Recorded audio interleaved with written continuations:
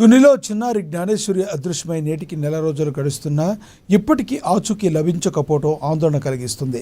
గత నెల 6వ తేదీన ఇంటి సమీపంలో తండ్రి కోసం వెతుకుతూ వెళ్లిన చిన్నారి అప్పటి నుంచి మాయమైపోయింది. పోలీసులు రంగంలోకి దిగి రోజుల తరబడి ఆ ప్రాంతాన్ని జల్లెడ పట్టినా ఎలాంటి ఫలితం లేకుండా పోయింది.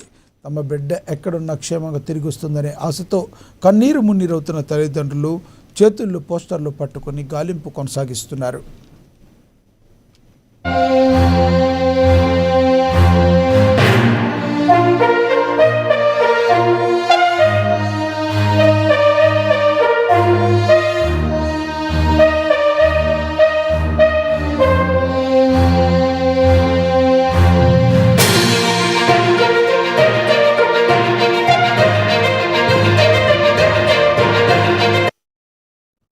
తునిలో చిన్నారి జ్ఞానేశ్వరి అదృశ్యమై నేటికి నెల రోజులు గడుస్తున్నా ఇప్పటికీ ఆచూకీ లభించకపోవడం అందరికీ ఆందోళన కలిగిస్తుంది.